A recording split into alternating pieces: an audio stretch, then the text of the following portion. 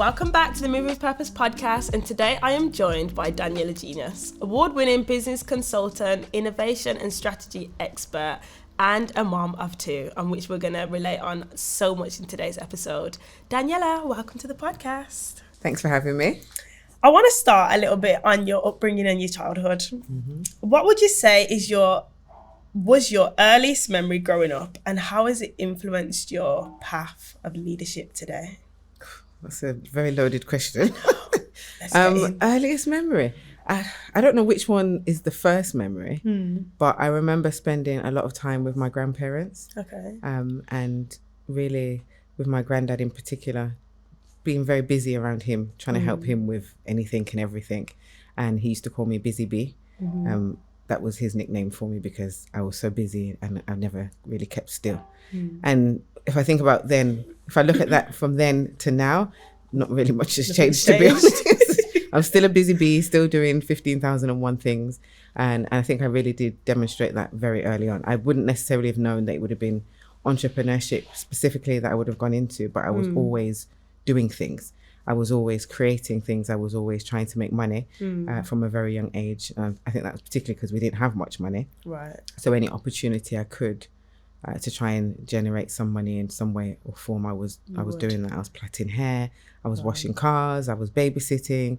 I was doing the most all the time. So you was entrepreneurial from the jump? Pretty much. And I guess we didn't call it that then, and I wouldn't have known to call it that then. But when I look back, that definitely is what it was. And yeah, just very busy.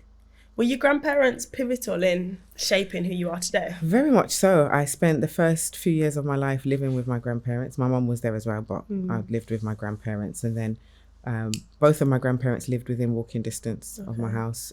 My granddad in particular, I would go to his house every Tuesday and Thursday for my whole childhood, straight after school, from primary school through to secondary school. My grandmother lived at the top of my street, so I would go to her house like multiple times a week, and they were very, very instrumental in who I am, and very much about instilling in me the importance of recognizing where I came from. So I grew up very much grounded in the fact that although I was living in the UK, I was Jamaican, and found it really weird when I came to university and people would be like, where are you from?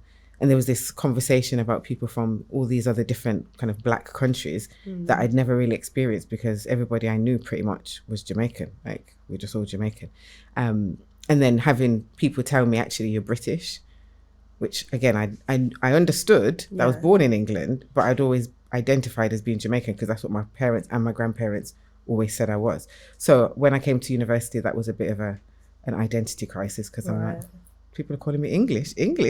I'm Jamaican. What do you mean? So yeah, my grandparents really played a very big role in my upbringing. What other key principles would you say they instilled in your life? So one of the things that I always say, my granddad used to say, you're allowed to be down, but you choose how long you stay down for. So I guess that's kind of I've continued that with the whole thing I say around keep pushing. So yeah, it's okay. You're going to have knockbacks, but you can't sit and wallow for your whole life. You have to get back up.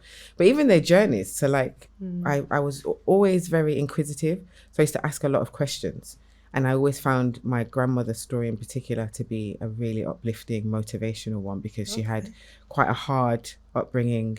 Loads of different things happened that probably shouldn't happened to her, and then even her journey of just getting up and coming to England because her husband was here and sent for her. I just found that really to be such an inspirational and motivational journey, and it is that kind of thing of we stand on the backs of giants, and my grandparents for me are those giants, and without them I wouldn't be doing probably half of what I'm doing now. Have you found those principles, have you carried them into your parenting style? I don't know what my parenting style is at this point. At the minute, I think my parenting style is just do the best you can and get through it. I think my granddad always operated from a point of patience and trying to see the best in people. My grandma was a little bit more hot-headed. And I feel like I move between the two. Right. So I try to be as patient as I can, but you've met my eldest daughter, and sometimes that's challenging. That's going to be a challenge. And then 100%. Sometimes I kind of sit more on my grandmother's side of like what's going on, get it done. And yeah, so I'm still trying to find my feet. I'd say my parents have also had quite an influence in terms of how I parent. Okay. And without this sounding disrespectful, trying not to parent in the way that they parented. Right, okay. And not because they were bad parents, they were great parents, but there were certain things that they thought were important that I don't necessarily think is that important, and vice versa. What were they? So like, I know from, I guess with both of them, it's this kind of, you shouldn't talk back. I shouldn't, as a parent, I shouldn't have to explain why I'm doing certain things. Whereas I feel like actually as a child, if you just explained certain things, I would have understood, and it would have provided some context, which would have made me feel better. So I try with my daughter in particular to give her explanations. And even now my mom says, you go back and forth with her, just when you say it's done and that should be it. And I'm like, but no, I don't think that's fair. She should have an understanding. And I don't want to kind of lead with fear. Right. Although sometimes I feel like maybe we've gone too far the other way. I might have to switch it up on it. I have to switch it up at some point. But yeah, like I'm trying to be a little bit more, and I don't ascribe to this, you're my friend type thing. I think there still needs to be levels, and I'm a parent, but I also don't want to be a dictator. So I'm trying to, I guess, again, move towards more of the, not gentle parenting. I'm not a gentle parent, as much as I would like to be. I think you need gentle children to be a gentle parent. And my child is not gentle. But I'm trying to be respectful, and I'm trying to have dialogue, and I'm trying to be fair. And I think that's what I don't necessarily always feel that I had that growing up. Right. It was more, I've said this, do it. And that's it, done. And also I feel like I was a child that would have benefited from gentle parenting, because I was actually a very gentle child. So, but yeah, I guess I've been sent what I needed, what I need in the moment. Yeah. So obviously you're a mom of two. Yes. For our listeners to understand, tell us how old your kids are. I have a 9-year-old going on 19. Yeah. And I have a 1-year-old going on at least 13 at this point, because she's doing the most as well. Yeah. Yeah. So that's a pretty big gap, isn't it? It is indeed. 8-year gap. Yes. How are you finding being a mom of two? I'm fighting for my life most weeks. Most weeks I'm just like, I don't know what day it is. I don't know what time it is. I don't know what I'm supposed to be doing. It's a lot, but and I've been saying this a lot on my socials. I'm immensely proud of myself. And I love that. If it's me to tap myself on the back and say, well done, I would do it, because it's been rough and it's been hard, and trying to navigate so many different things. I had bereavement. I've been trying to run the business. My husband has had a promotion at work, so he's kind of had to step up a lot more at work. Yeah. So where he would have been around much more, he's not around as much. So it's been a difficult kind of 1.5, 2 years to navigate. I didn't have a great pregnancy, unfortunately. It was awful. Yeah. So even just that. I do remember seeing you on crutches towards the latter part of your pregnancy. Yeah, I was on crutches. My hips tilted in. Wow. I had sciatica. Like it was just awful. I couldn't eat, I couldn't sleep. It was not pleasant at all. And then obviously I was still trying to parent my eldest daughter, still trying to run the business. So it was just like last year was a bit of a whirlwind actually. And then going into then having two of them, there's benefits of having a big gap for sure. One being my eldest, she thinks that she's the mom. So she's very hands-on, very helpful, sometimes overly helpful. Yeah. We're in a bit of a power struggle at the minute, because she thinks that she's the child's mother. And I have to keep reminding her, that's my child, actually. I birthed her. Yeah. So calm down. But then I guess trying to also navigate two completely different sets of needs is really quite tough. So even the other day, my eldest wanted me to tell her a story, but then I needed to put the baby to bed, and the baby needs to be in bed by a certain time, and so she's getting upset because she wants her story. I'm just like, can't be in two places at once. So unfortunately, the baby is going to have to come first on this occasion. So that's been kind of challenging, and then also just like school stuff, having to be doing homework, and I guess if they were closer in age, we'd just be dealing with two of the same at the same time or around the same time, whereas now we're dealing with like pre-hormones, and it's a lot. Complete. And I know you're quite open in speaking about your journey to like becoming a mom of two and why that gap has been so big, because I know you've had a couple of miscarriages as well. What did getting pregnant the second time feel like? Terrifying. It was really terrifying. So we were trying for a couple of years, and we had two losses. And the second one in particular was really quite traumatic. I genuinely thought I was going to die. I had to go into the hospital, just bleeding everywhere, very painful. At one point, I remember the doctor saying, "Get the crash team." And in my head, I'm like, that's it, I'm going to die. And I'm going to die leaving my eldest without a mom because I'm trying to have another baby, and that's not fair. So I kind of came to the point that actually we're just going to have one, because it was that traumatic. So then when I found out I was pregnant with my second, I was terrified, because I'm just like, is this even going to happen? Because we've been here twice, and both times it's been, oh, we're having another one. And both times it's led to not the outcome that we wanted. So I was just really scared. It was probably the most anxious period of my life. Wow. And I've never really been somebody to suffer from anxiety, but I was so anxious constantly. Or any little twinge, anything, I'm like, the baby's dead. Like, that's it. Really? The baby's dead. I remember one time sorry for the TMI, but I went to the bathroom and there was some blood. And I promise you, I thought I was going to pass out. I couldn't breathe. Everything started spinning. And it wasn't really anything. Like, it was very insignificant. But yeah, because it just took me back to when it happened to me previously. I was convinced.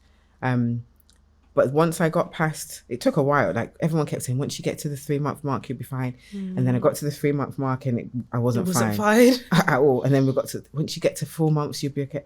No, once you get to 5 months, my mum in particular, like, when you get to 5 months, it's going to be okay. And I got to 5 months and I just still wasn't okay. Right.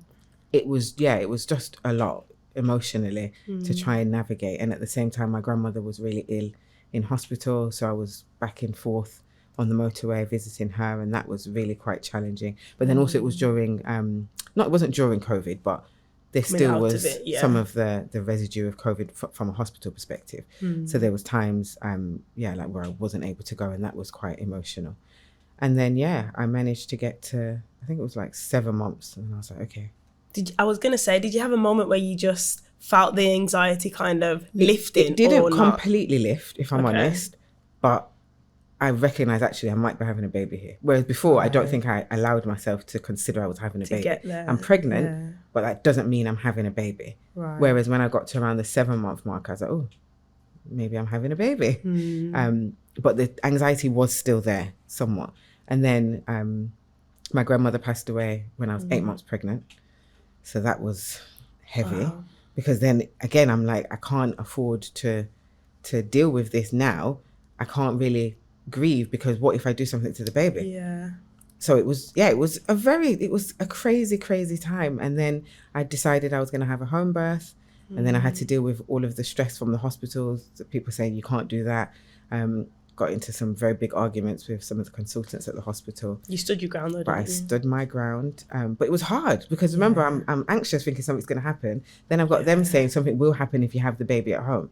But I'm not somebody that, I don't just listen to what people say. I did my own research and I recognized that actually the chances of something happening were very small. Okay. And that's not to say things don't happen to people that have babies at home, but things happen to people that have babies in hospital. Absolutely. And the hospital weren't really giving me any concrete evidence that I shouldn't have the baby at home. So I had my baby at home. How was it? It was amazing. It was the most empowering, like, amazing superhero feeling that I've ever encountered. Like I said, she was the boss before. Yeah. She's the boss now. Especially when this big head baby came out. Because this baby was 9 pounds and 9. And bearing in mind, my first baby, who I had by cesarean, was 6 pound 5. 9 pounds. It should have been the other way around, really, when you think about it. Not big. When she came out, I looked and said, oh, that's why I was on crutches and in so much pain. Absolutely. That's a big baby. She was the size of my first daughter when she was like 3 months. Wow. Yeah, like she was a big baby. But it was beautiful. I have Christian hypnobirthing app. Yeah, love that app. Oh, I loved that. Yeah. Used to fall asleep to that every day. So then when I was in labour, which was from the Wednesday, I started Wednesday at 5 a.m. I had the baby at 9:30 on the Friday. So I was in labour for a minute. Nearly 2 days, wow. It was hard.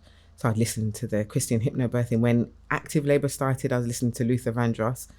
Like, and the thing is, prior to me being pregnant, I wasn't a huge, like, everyone respects Luther, but I wasn't just listening to. But for some reason, throughout the pregnancy, like Luther Vandross just took hold of me. One. Yeah, so when I was in the pool, I had Luther Vandross playing. Love that. And yeah, like I was trying to do this pain-free birth thing.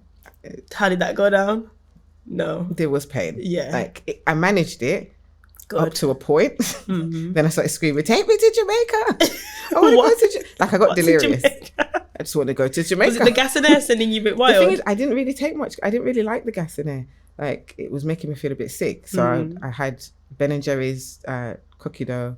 No, it wasn't even cookie dough. It was chocolate fudge brownie ice cream. So I'm in labour eating the ice cream, listening to the Luther Vandross and just screaming. bust it. Wow. So yeah, it was an interesting experience, but yeah, it's what you wanted. Definitely what I wanted, and what I loved the most was I had the baby, wrapped us up, I got into my bed, and then by the time my eldest came back from school, we brought her in, and she got into the bed with us, and yeah, that's exactly what I wanted. Not the experience I'd had the first time where we'd been in hospital for like 10 days. It was very traumatic. So this for me was like, it felt like it had all come full circle. Like I'd finally had the baby, and I'd had the baby in the circumstances that I wanted.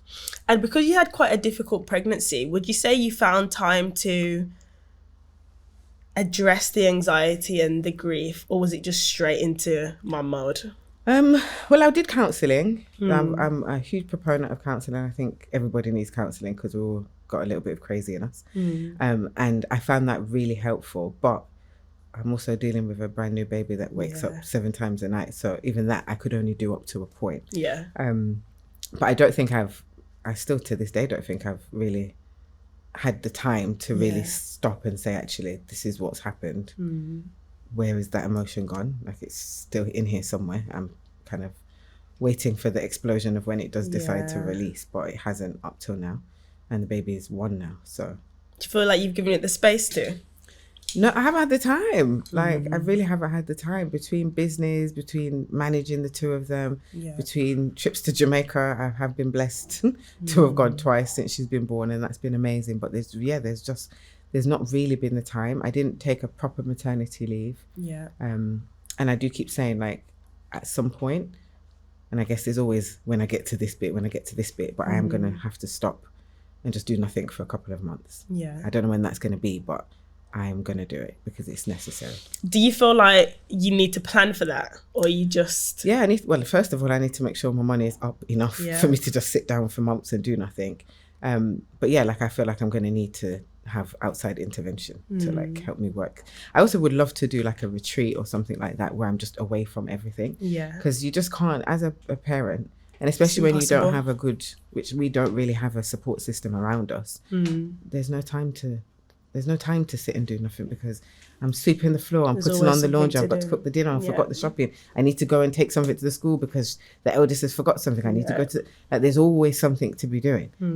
Life admin is a job in itself. Yeah, like that alone that's what takes up most of my time. Like trying to appeal parking tickets, trying to book dentist appointments, doctor's appointments, hospital. It's a lot. Like what I need is a life assistant, actually. You put up a video on Instagram a couple of days ago, actually, and it's funny because we just picked up the kids and we were driving home and there was no music on because when the kids are sleeping and it's silent, you must take that moment as solace because it just doesn't come around often. So we were just silent in the car, and then I played your video and you were talking about the week that you'd had with the kids, and business just went to the back burner because the kids were just doing up kids as they do. And you spoke about just giving yourself grace. And, both me and my husband were watching that video, like, we just needed to hear that. Like, I scrolled at the right time because we'd had just the worst week. My to-do list was still pending because I didn't even get round to it. And I just felt like I was drowning. And I seen the video and I was like, she's drowning too. It's cool. It's cool. But how have you found being transparent about the journey of motherhood and business in this time around, second time? Well, my thing with social media is there's too much people telling lies, number one. And I don't think everybody has to be as transparent as me because not everybody's going to feel comfortable with that. But I don't mind being transparent. And therefore, if it means that I can help even just you to recognize and acknowledge not everybody's got this together, then I think it's really important that I do that. And also, I don't want anybody to... There's a few things. If everybody thinks you've got everything together, no one's ever going to offer help. That's the first thing. Right. And no one's going to give you grace. So what is important for me is not just the people that I work with, not just my family and friends, but anyone that may come into contact with me understands and recognizes that, yes, I'm fantastic in business and I do what needs to be done, but sometimes life happens. So like a couple of months ago, I had to take the baby to hospital like twice in a week. I have clients, they had to wait. Like I couldn't have the sessions. I had to move some sessions around. Some of the client work that I delivered was a day or two late. Everybody was wonderful. And I think that's also because I've been very clear on the fact that it's really just me and my husband and these kids. Like we're doing this pretty much on our own. We have a few friends that can help from time to time, but we have to pay, like if we need to do something, I have to pay for babysitters. Childcare. And sometimes the babysitter can't make it. Like the week that I was talking about, I had a speaking engagement and the babysitter couldn't make it. And then the baby got sent home from nursery. What do I do? Like what I ended up doing was having to call for somebody to come and help. And then the baby was sat outside the door screaming for the last 15 minutes of my speaking engagement, which was very stressful. I can imagine. Because your head's not now in it, your head's in. I lost the whole plot. Okay. I started reading my notes. And you know when you write notes to yourself, remember to include, why did I stop reading that out loud? No, in the middle. I did. I was on, you know, you feel so... It's like I got halfway through the sentence and in my head I was like, oh my gosh, you're reading the note to yourself, not the general note. Like, shame, big shame. But I just think there's so many... I have a lot of friends that have had babies kind of within the last year, and I don't think any of them are in business actually, but they're all going through their own challenges as well. So whether you're in business or you're not in business, it's hard. And if we keep seeing, and it really irritates me, and it probably shouldn't, it's not my business, but when I see these new moms on Instagram, like, oh my God, like, life is so good, we're flying out and we're doing this, and your life doesn't have to... They get time to film everything? I can't understand it. Cannot. This is me waking up. You filming this is me changing the nap. Because I ain't got the time or the inclination. I don't understand how they're doing social media. But also, I'm just like, what message are you sending to the people that are actually finding this difficult? Because it's difficult. So I've just really I've tried to be as open and honest. And also, something that I found, I went to the business show earlier this year. And a few people said, oh my gosh, you've had the baby, you would never know because you keep showing up on socials and da-da-da-da-da. And I was like, don't for a second get it twisted, which is why I then did a series of videos talking about, in fact, the term drowning is one of the things that I said in the video. Like my friend contacted me saying I'm drowning, help. And I was like, babes, me too. All of us. I can't help you because I'm drowning myself. But I was really intentional with that because I'm like, are people thinking that I'm saying this is easy? Because I'm not. Because you're showing up on social. Yeah, I'm showing up, but it's hard. It is really hard. And I don't want anybody to sit and think that they're failing because they're finding it hard. Because it's hard. And it's hard whether you're in business, as I said, or if you're in career, or even if you're just at home and you're on maternity leave. Like, it's hard all the way around. And particularly as society has developed, we don't all have families around that can help. And that can be quite isolating as well. And one of the things that I've loved is in me being so open and transparent, lots of people have reached out and said, oh my gosh, like, it was so good to hear you say that because I thought it was just me. And why is everybody else finding this so easy and I'm finding it so hard? Patiently waiting for the mom mastermind, but... Oh, you inspired me. I've got some... It's happening. To tell you. Yeah, I've done the full plan and everything now. It's beyond the mastermind. Nice. What coping mechanisms would you say, top 3 coping mechanisms are getting you through this stage of life? Prayer. Honestly, I pray all day, every day. I talk to God all day, every day. When I wake up at 4 o'clock in the morning, it's me and God because that's the only thing that can help me at this exact moment in time. Just prayer and understanding that God will answer my prayers. At some point, this is it's gonna calm down. And actually, as hard as it is, I am holding it together. And that is through the grace of God. Because without God, I don't know what would be happening right now. That's definitely something. My husband, to be honest, as much as he does work. He's a fantastic husband. Like even this morning, I did the school run. And then when I came back, he was giving the baby a bath, he was playing with her, put her clothes on and stuff. And just watching how they interact, he's just such a proud dad. And he's a girl dad. He's got his 2 girls and they are like the love of his life. And he's just very supportive. So like anytime, because I do, as much as I'm out here with big boss energy and she's the boss, there's times where I'm kind of like, oh my gosh, I don't know if I can do this or, and just other little things. And he's just like, do you know who you are? Like, don't be ridiculous. And he's very good at speaking life over me. And even just laughing. Like, we've been together for a long time.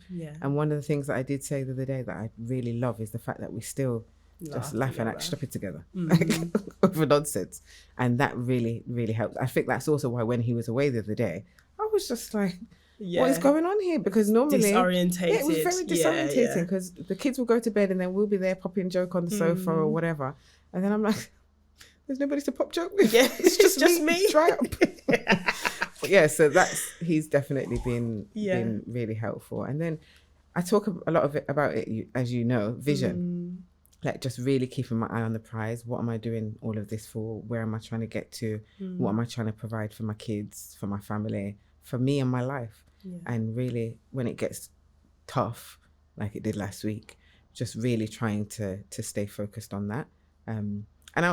Although you asked me for saying this is for, but I feel like it's really important to celebrate successes. Okay. To celebrate successes and to congratulate yourself and to do nice things for yourself. And for me, that looks like going to the spa.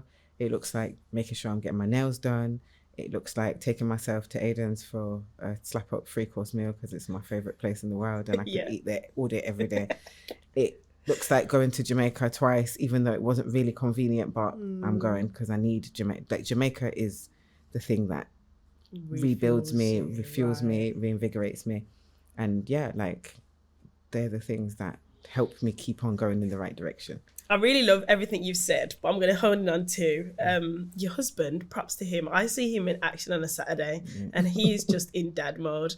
And I also remember coming to your founders dinner and how he spoke about letting your wife shine and just being able to sit in the background, but being comfortable in that space, because not a lot of men are able to do that. And I just think he bosses it so well. When I see him on a Saturday, he's picking up one's in the car screaming, he's grabbing chicken wings, and I'm like, "How are you?" And he's like, "I'm good. Daniella's working today, but I got it going on." I love that, and he really reminds me of my husband in that sense that they just know that we have got other things we like to do. We're moms and we love our kids, but that's not the only thing we like to do. So they allow us to thrive in other areas and give God thanks for them. Yeah, very much so. And he humours me. Like, I love events. He don't love events like how I love events. So I'm like, I just want to party. Again, another one. And he'll moan.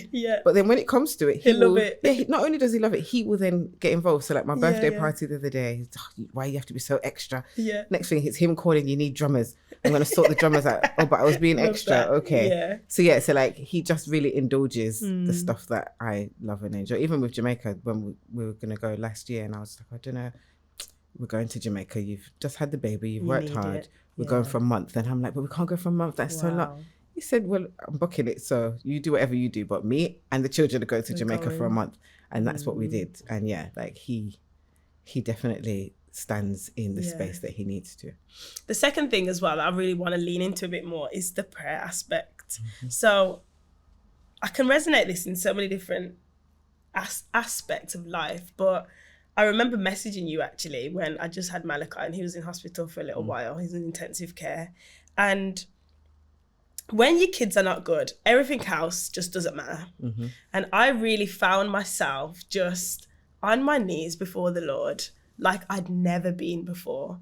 I've always had a relationship with God, but my son being sick took me to the foot of the cross and gave me a newfound level of prayer and being on my face before the Lord that I'd never experienced before. And that's the point where I really was like, okay, if I'm going to do this next phase of motherhood, it is going to be by God's grace and God's grace alone. Like he fuels me to do just that. What has shifted with your relationship with God?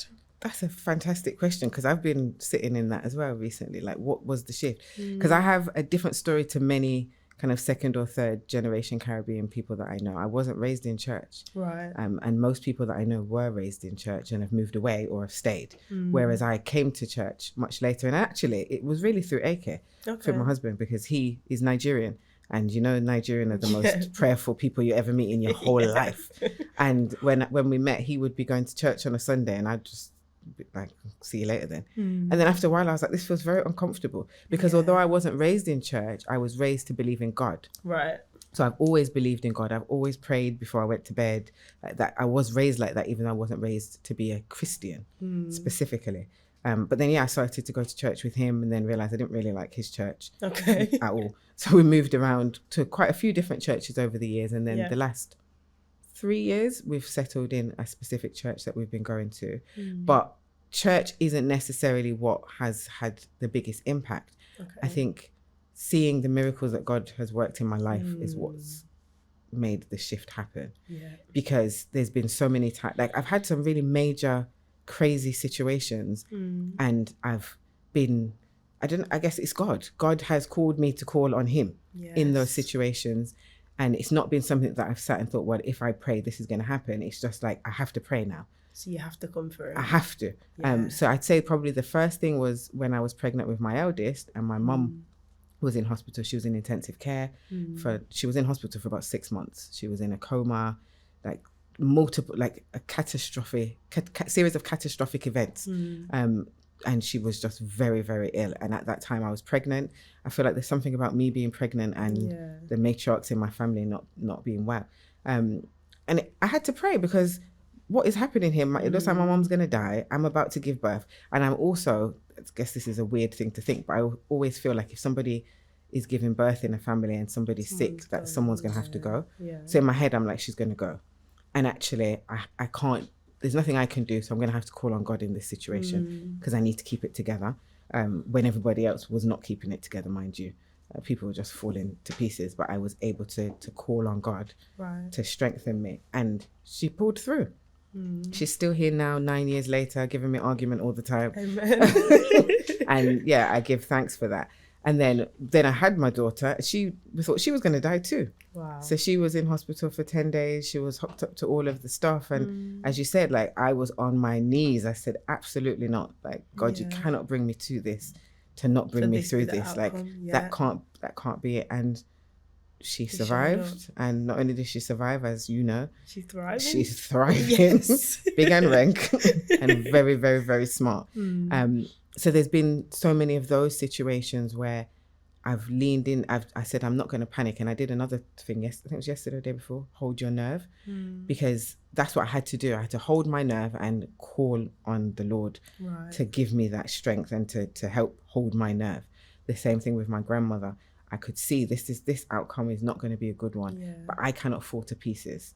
I can't. So God, I'm going to have to call on you. And the outcome was the outcome. She passed away, but I held it together. My baby was born, and in that situation I was right. One leaves, one comes.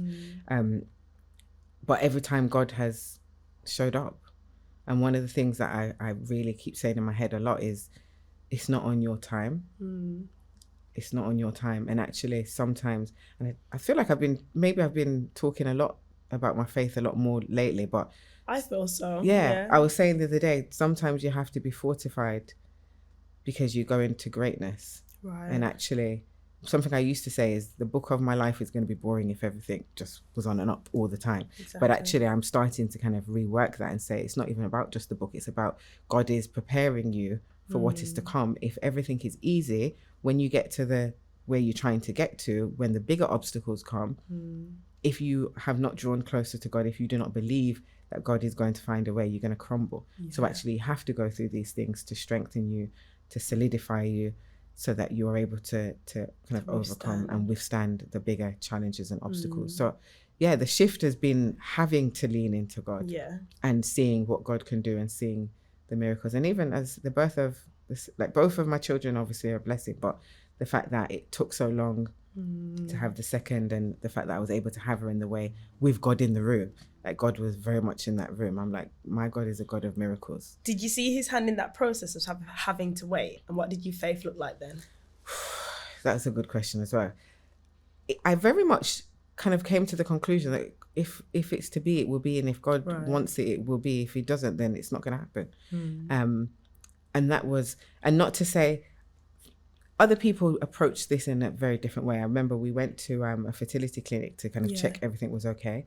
And then they wanted us to, everything was okay. They wanted us to have another appointment. I said to Eka, I'm not having this appointment because they're going to try and sell fertility treatment and I don't want it. Because actually, if I've already got one, if I'm supposed to have another one, I will have another one. Okay. I don't want to interfere in something when I don't necessarily have to. If it's what is for you is going to be for you. And literally, the appointment was the Thursday. I cancelled it. I think it was like the Friday. I found out I was pregnant. Wow. Now that baby we lost, but the timing for me was just like, we just cancelled the appointment the day before, and then this if it's going to happen, it's going to happen, and it did. And yeah, like that had been my, like we had a daughter already, and she was amazing. Like she's hilarious. So if like she's enough personality for 3 kids, to be honest. So I know. Yeah, so I'm like, maybe it's enough. Yeah. Like we've been blessed, and we just have to accept that. Obviously, God did see different, and now we have 2, and she's the best big sister ever. But yeah, like I don't wrong anybody for taking a different approach. Right. I don't judge anybody for going down and getting fertility or feeling like I've been kind of, this is not the path that I wanted. But for me, I kind of just left it in the hands of God. And actually, it was a beautiful timing because I decided we were only having 1. Okay, and so you'd already settled on... Yeah, in my head, I was like, okay, we're just having 1 then. Like I'd come to that definitive decision, and then New Year's Eve, I wasn't feeling very well. I said, let me do it, because we were trying for so long. I had loads of pregnancy tests, and I took the test about 3 minutes before midnight, and at midnight I checked it, and I was pregnant. And I'm like, look at God. What was the feeling? I thought I was going to pass out. I remember it felt like all of the blood just rushed to my head, and then when everyone's like, Happy New Year, because we had quite a few people around at the house. Yeah. And I'd been on a bit of a crazy one that day. Clearly it was hormones. So I just went and hugged AK and said, I'm pregnant. And then I'd always remember, it was in the kitchen, the way he looked at me, and then he was like, for real? Because we decided like there's no more kids now. And yeah, it was a beautiful, it was God at work. Like just even just the timing, the fact that I even went to take the test at that point. But yeah, I feel like for anyone that is struggling or suffering, like draw closer to God. Whatever the route is the route that it's supposed to be. So I feel like I can relate with that, but it happened a little bit differently for me. So we weren't supposed to have any more kids after the 1. Oh. It was like, okay, 1 is enough for our current lifestyle. That's fine. We actually mourned a miscarriage because the doctors told me that I'd lost my second one after I'd just had a miscarriage before that. So we were like, okay, I'd mourned the loss of this child. Let's move on. Let's keep pushing. We've got 1. We've got enough to manage. And I just thought like 2 weeks in, nah, I don't feel like I've lost. I still feel like I'm carrying. And I was like, Mom, are you sure? Yeah, I'm going to go back and check. Went back to the doctors, checked, and they were like, no, there's a beautiful baby in here, and they're absolutely thriving. Wow. So the doctors had got it wrong. The doctors had got it what? What? That's crazy. Absolutely I didn't know that. That insane. Is crazy. So for us, it was like this journey of, okay, we've mourned the loss. Now you're telling me the baby's fine. God, what are you trying to do? What is going on? And then when he does land, you're telling me he might not survive. What is happening? So I feel like I always say this when I talk about it, he authorized the pain to test us. Yeah. Test those foundations. And there's a crazy idea of when we talk about pain, because a lot of people think that it's the devil and, God is for favor. But no, in this circumstance, I can honestly say God authorized the pain to bring us back to him. Not to say he wasn't present, but he wasn't present enough. Do you feel like you've had authorized pain?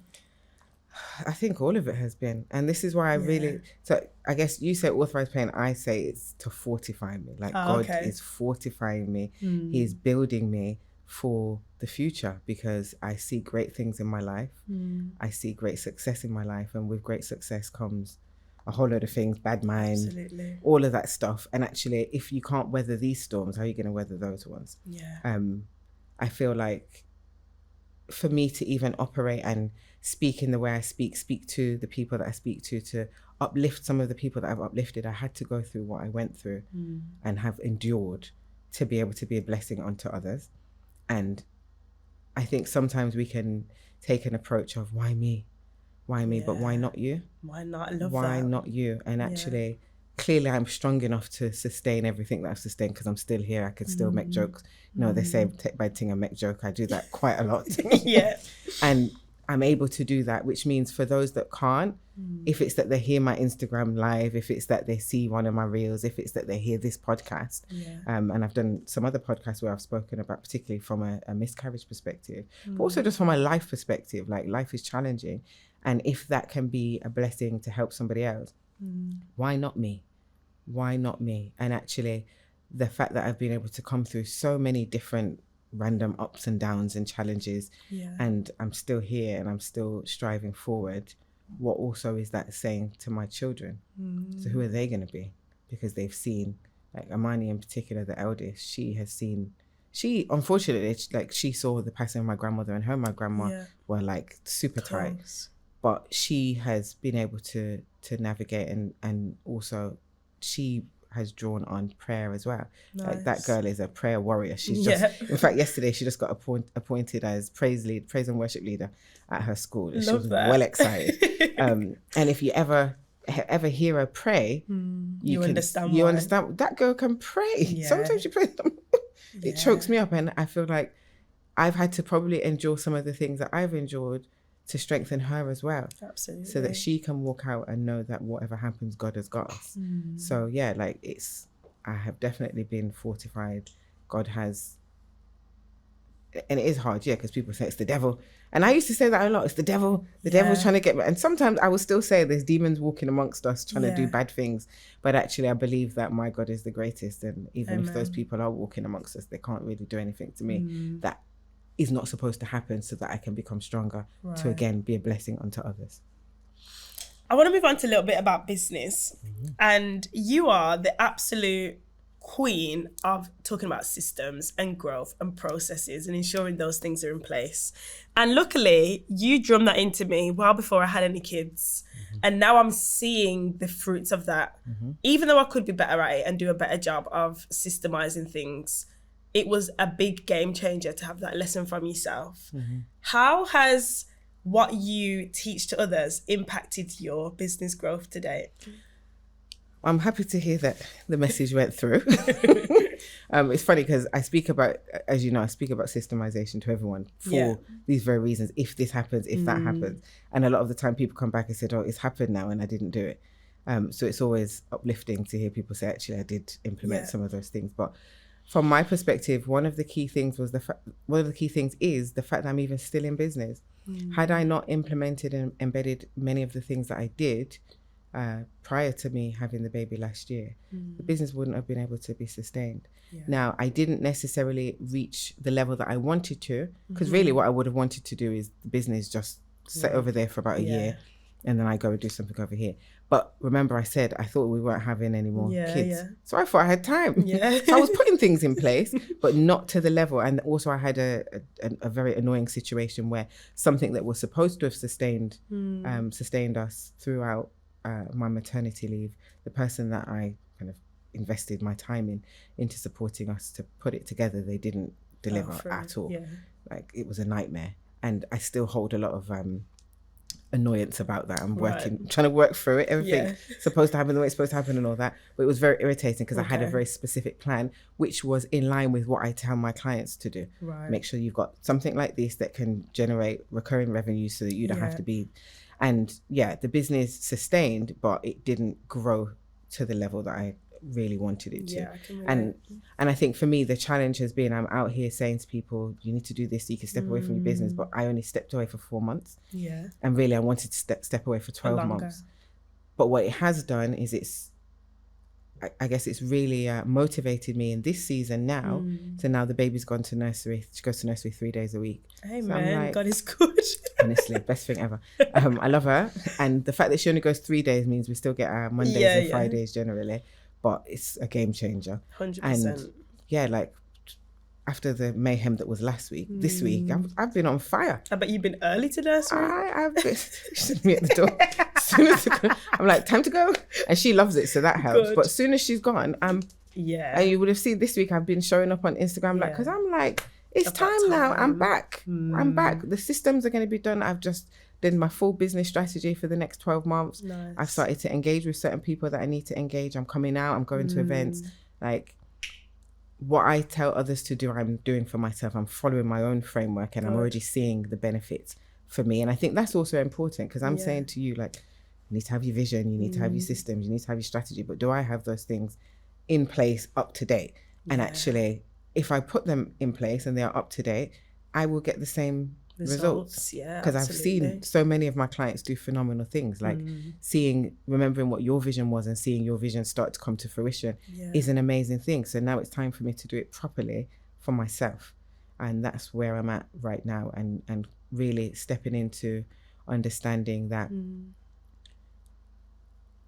you can do everything that you said that you can do. The fact that you've got a baby now doesn't stop you, in the same way that you tell your clients it doesn't stop you. So I did a Confessions of a Boss reel the other day, where I was saying sometimes I'm talking to my clients and I'm talking to myself. I've been doing that a lot lately. For you too. Because I'm saying, well, you need to make sure you got this system, and in my head I'm like, but do you have it, Daniella? And then we finish the thing and I'm put the thing in quick. I'm saying, this is the strategy Daniella, are you implement? So I've been doing that a lot, and actually today in particular I'm feeling very much like we're about to go into the season of serious bossing up. I still struggle with this. I wanted to ask you this question live. I still struggle with, when you've built a business that has you at the face, how that becomes less founder reliant. It's not an overnight process, I get that, but is there ever a complete shift where you can be completely hands off? I think it's very difficult to be completely hands off, because it's your baby, right? It's something that you have birthed. You have the vision. So if you are not involved in some way, shape or form, is it even your business anymore? So I think I don't think you can ever completely step away unless you are completely stepping away. Right. If you see what I mean. And you're saying, actually, this is not mine anymore. This now is somebody else's. But there's so many different ways around it. Number one, taking your intellectual property and productizing it. So courses, programs, books, digital products, physical products that take the you-ness and people can still access it without accessing you specifically. Then there's also looking at training people in whatever your methodology, your frameworks, your delivery styles are. And that's where the kind of documenting your processes, documenting your know-how comes in, and actually training people to do that. So for example, I launched a program with First Class Foundation, September, a week after my daughter was born. Obviously, I couldn't get up and go and deliver a Vision 20 session, but what I could do, which I had done, I had written out everything to do with Vision 20 and how to deliver a Vision 20 workshop. And I'd sent it over to Nathan and Sabrina from First Class Foundation, and they delivered it. The first time I went to the live session, Nathan, for some reason, thought I was coming to deliver it with him. And I was like, no, you've already done it without me. I'm just coming here to sit and watch. Let's see. And he did a fantastic job. Now, Vision 20 is something that I've been doing for years. I've had a Vision 20. Pretty much all of my clients have had a Vision 20. Seeing Nathan deliver Vision 20 and Sabrina deliver Vision 20, they were doing what I feel I was called to do in a way that I believe I was called to do it, but I wasn't doing it. So people were getting Daniella through Nathan and Sabrina. Love that. And doing those kind of things is what enables you to be able to step back, because now really, if somebody booked a Vision 20 workshop and I'm not able to make it, I can just send Nathan or Sabrina or both of them, or Oyen. Oyen has done like so many. Oyen runs a company called Neo Group. She's done Vision 20 multiple times, and Laulu, her COO, she's delivered Vision 20 as well. So as much as it's my thing, I've let it go and let other people deliver the message, and that works quite effectively. And then also, it's really about deciding how much you want to give away. And this is why I say, can you ever really fully step away? You have to really make that decision of how much you want to give versus how much you want to keep, because there's certain things that no one's having that. This is mine and we're keeping this. But then with Vision 20, I understand the power of it. So you can take that and you run with it. How important is it to let go for the next stage of growth? Very much so. I've always been a control freak. I'm a super control freak. And this goes back, and it all goes back to God. I've really been saying, what do I need to do, God? And God is telling me, you have to let go. How hard is it? It's so hard, especially when you're, I've got all of the problems. I'm a control freak. I'm a perfectionist.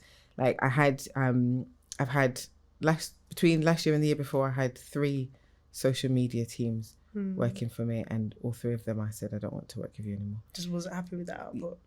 But when I really sit and reflect on it, I was really just being a control freak. Right. Like I really was. Yourself.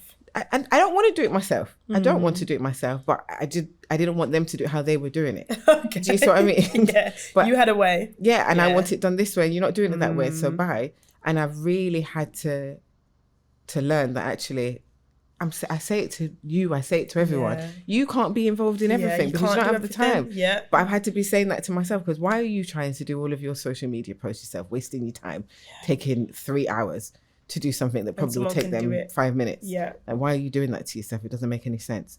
So yeah, the next stage of growth is about, well, number one, I think big, right? So the next stage of growth is big. Yeah.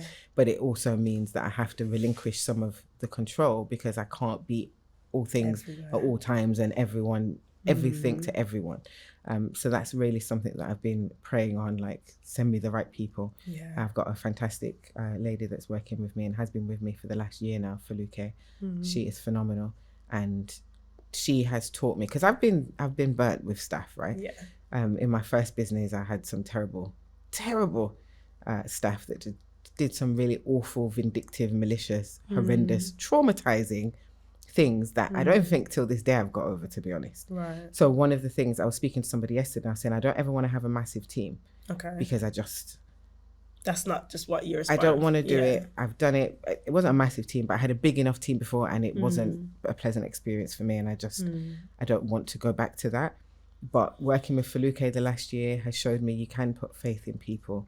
And people, if you train them properly, if you give them the right tools, if you give them the right processes, people can and will deliver. And yeah, don't micromanage people is what is the kind of key thing, because I was trying to micromanage everybody because you can't do a good enough job. And actually, one of the big lessons that I say to people now is they don't have to do it the same as you. They don't even have to do it to the standard as you. It just needs to be done. And it goes back to this idea, it's better to be done than perfect. Right.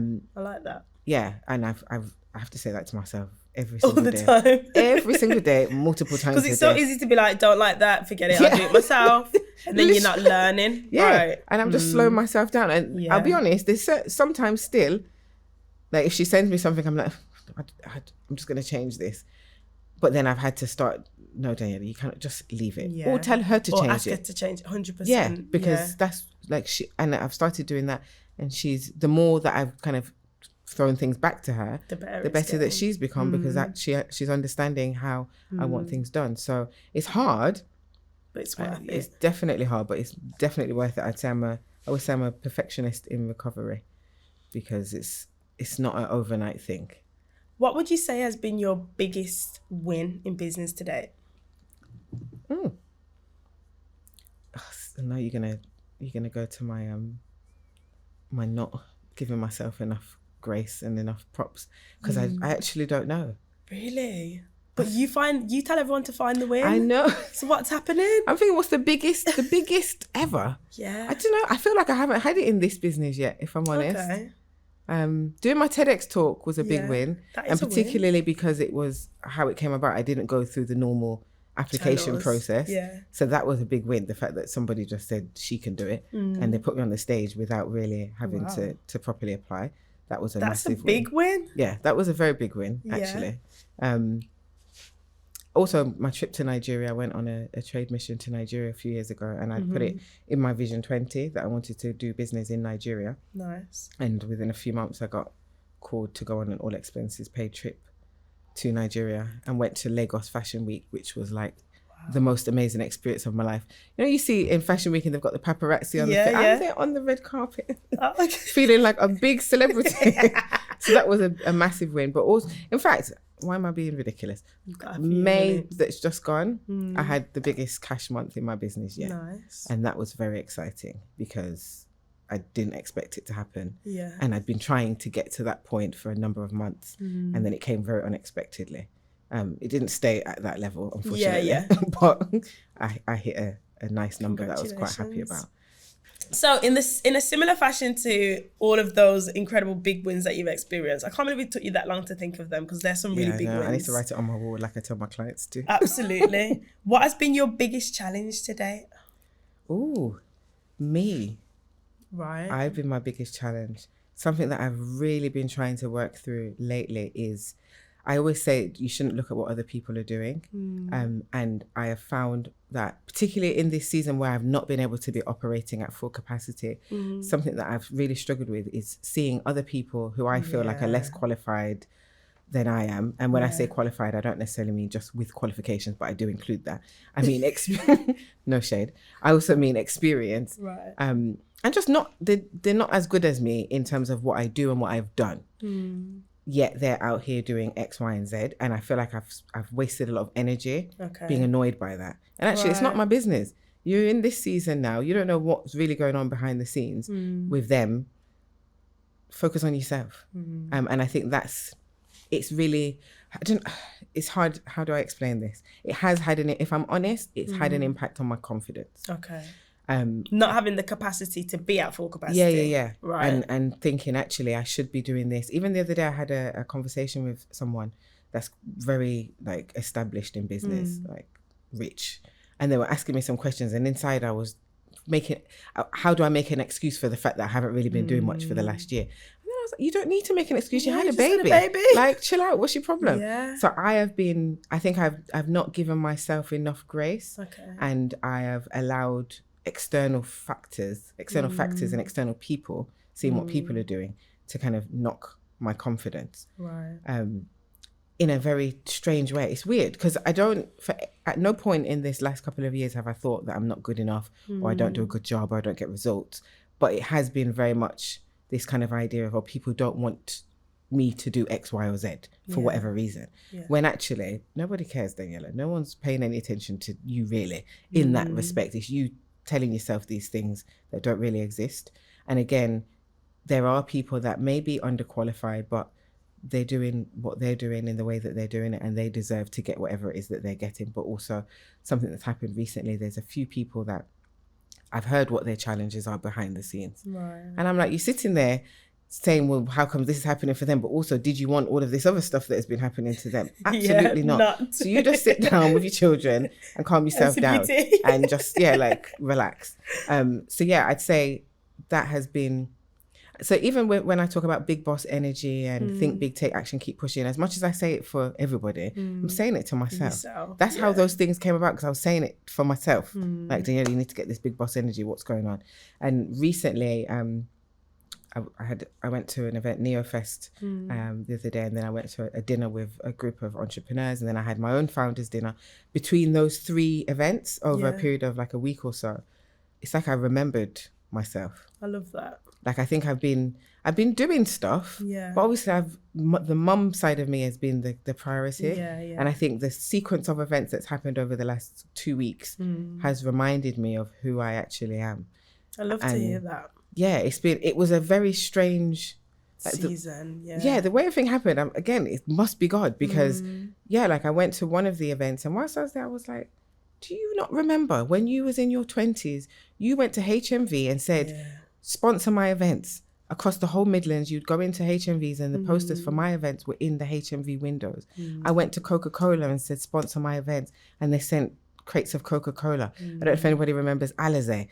At university, when I'm like 20, I got crates of Alizé for my events. Remember who you are. And actually, I say I have been the biggest challenge, because it's like I forgot. So I've been doing stuff, and my work with my clients has been great. Like, I've had some fantastic success stories, but the work I've been doing for myself I've not been pushing myself. But again, I give myself grace to say, well, how could you have? You was half dead last year, literally. And running unlimited sleep, because we just don't sleep. Last year, as mums, let alone new mums, sleep, forget it. Yeah, but no, even just when I was pregnant, I was having to nap twice a day, every single day. Yeah, and then. Like, I was just a mess. So how did you think you was going to be pushing yourself then? And then you've had the baby, you're not getting no sleep. Like, don't be ridiculous. But that was then. Yeah. We're in a new season now. And the baby's still not sleeping. The baby's still not sleeping. But baby's still not sleeping. But I'm working around it. Yes. And actually, you have to lean into the normal, right? Yeah. And actually getting clarification again on my vision, remembering what I could do and the audacity that I had. I feel everything has lined up. Even having this conversation with you today, everything has lined up in the way that it's supposed to line up for me to take the steps that I need to take to get to the next stage. So I can't be my biggest challenge anymore. And the biggest thing that you mentioned, which has been paramount for me, is giving yourself grace. Because I just straight up was not that. Yeah. Like, giving myself grace was the last thing. Like, I've been so hard on myself, particularly in this season of growing a business, having funding stuff come through to do great things. And then you've got 2 kids that are just drawing on every fibre of your being. Like, am I sane today? I don't even know. But one thing specifically I'm going to talk about happened to me about 3 months ago. I was on a call with a funder and I'd forgotten to do something. I think my little boy was about 2 months fresh. And the funder said to me on this call, I know you've just had a baby, but you need to have these things together. And I came off the call and I was just bawling my eyes out of rage. Yeah, because crying out of rage because I was just like, hold on a second. Any normal person would be on maternity leave. I'm here making shit happen and you're telling me I need to have it together. And after I finished crying it out and being angry, I was like, right, do you know what? I'm going to give myself grace. Yeah. Because you never. And now I'm going to teach you how to give me grace. So in the next meeting, absolutely had to badge you up and let you know A, B, and C, D, D, D, D, D. You're not going to get to say that again. And this is how you treat new moms with grace. So I love that part about grace. Absolutely love it. It's hard because especially when you've got a big vision and you know where you're trying to get to. And the capacity. It's like you forget, I do have 2 kids, but why didn't I do X, Y, Z? Yeah. Because you do have 2 kids and you're not a robot and you're not having no sleep. They use sleep deprivation as a form of torture. No, absolutely. And you're out here just operating through it and running a business. Yeah, no, you have to give yourself grace. And I have to give mine too, even though sometimes I forget. But yeah, like what we're doing is phenomenal stuff. Yeah, not everybody can do it. And we are. So when it doesn't necessarily go in the way that we want it to, it's not on our time. Yeah, it really is. It's not on our time. And as I always keep saying, the jar rule, not always there when you call, but it's always on time. What would you say is next for the business? Can you talk a little bit about She's the Boss and the Mom Mastermind? Global domination. So Be the Boss is specifically for service founders, helping them to scale past 6 to 7 figures through a focus on vision, innovation, strategy, systemization, and accountability. And we've got coaching, consultancy, training, courses, digital products, physical products. We've got a platform now that includes a CRM and a course builder and a social media manager. So the plan with that is to get that out far and wide. She's the Boss now. So I put the She's the Boss UK Instagram up ages ago and was trying to work out what is my personal brand business going to be. Right. And thanks to you, in part because you keep running me down about this mastermind, I've come to the conclusion that the She's the Boss brand is going to be about mums in business and leadership. Woo woo! Can I get a woo woo? So essentially, it's going to be doing some of the same things. So providing coaching, consultancy, having a mastermind, a membership organization, because I think there's so many mums that are not giving themselves grace, that need the support, that need the community. Where can I sign up? Where's the link? I'm coming. So I really want to kind of lean into that. And the conversations I've been having, the videos that I've been sharing have really resonated. And so many people have reached out to me and saying like, they just needed to hear this. So I'm going to amplify that and we're going to work through that. And where can we find that on socials for moms that are in business and interested to be involved? So that's at She's the Boss UK. So I'm quite excited because I'm thinking of all the stuff, all the merchandise, you know, I love merch, all of the workbooks and the courses and stuff that I can develop. So I'm going to be looking at launching that officially in January. You'll be happy to know, so you can start asking me when now. Lovely. It'll be January. And then the third arm, so everything's kind of going to sit under Daniella Genas. So we've got Be the Boss, She's the Boss, and then we're going to have the Couples Collective, which is essentially going to be a membership community for couples, married couples, but also those in long-term relationships looking to be around like-minded individuals. So we're going to have exclusive events, discounts for different services. So my key thing on my head is to get discount for Horcross Horse Bar. Please do. I love that place, but it's very expensive. And I want to do retreats, couple retreats, and also have, again, product range for couples. So I've got a load. So that one has been in the pipeline for about 5 years, actually. We did the launch event in 2019. Wow, and just haven't been back since. Yeah, because COVID happened, and then I got so that one is it's a slow burner, but that one's going to be March. We're going to have the launch event in March for that one. And then aside from business, what's next for Daniella? That's what I've been trying to work out. I'm trying to make Jamaica be next for Daniella, in whatever way, shape, or form. Yeah. Me and my husband have been talking about like what are we doing for our family. We're not necessarily happy being here all the time because I don't do the cold very well. I don't do the dark very well, and neither does my little chest high daughter, who keeps saying, "But if we were in Jamaica, I'd be at the beach. Do you have Jamaica money, darling? Do you have a job?" But what I'd love to be able to do is to buy a property over there so that we can go basically every school holiday. Like I want to be in Jamaica. I'm really leaning back into the speaking thing. I did a talk the other day at NeoFest and wasn't prepared, didn't even know I was doing the talk. I thought I was doing an interview and smashed it. Very much, like even I was like, Daniella, you just pulled that out of the bag with no notice. I didn't have no slides, didn't have no notes. I just did it. And I've had several people reach out to me to say how fantastic Sometimes it was. they're the best when you just read the room and just go off the energy and know what the audience needs. Literally that. So I want to look at doing more speaking engagements, definitely getting on more podcasts and just like sharing my story, sharing my truths with whoever needs to hear it. But that, and I need to get fit. That's not business related, life related. I feel like I've become a little bit sedentary. I've been riding off good genes for too long. And it's time now to understand I'm getting to a certain age. I need to start exercising again. I used to work out a lot. I had a personal trainer. Life is so strange. I quit with the personal trainer in December 2022. I said, I need a break. It's dark, it's winter. I don't really want to be doing this. Give me a couple months. Like a week later was New Year's Eve. I found out I was pregnant and then was mash up for the whole pregnancy. So I haven't actually been back. Maybe it's time to get back. Yeah, it's time. So I need to get fit. So I'm really committing in 2025. Do you know, probably shouldn't even talk about this in the podcast, but I'm going to anyway. I go to a fitness class where I get to bring my son. It's like a baby and mum class. For like mums with babies up to 12 months. You go, slap them in the middle with some toys. You guys have a jolly on. And then I'm on the treadmill and the rower, getting this summer 2025 body ready. But as I was speaking to the founders of that last week, shout out Sophie and Jay, they're absolutely brilliant. They asked about you speaking at their event that they're doing for like moms in fitness. As you mentioned it, I'm like, hold on a second. I met Jay. Yes, you did. I met him at Business Truths event. His wife, Sophie, is brilliant and she's a PT. So maybe, you can hook up with her and get your fitness back on track. This belly's got to go. It's stressing me out. I always have a tradition on the podcast where I ask you to leave our listeners with a little nugget from today. It could be about absolutely anything. One takeaway. Give yourself grace. Everything will work itself out. Hold your nerve.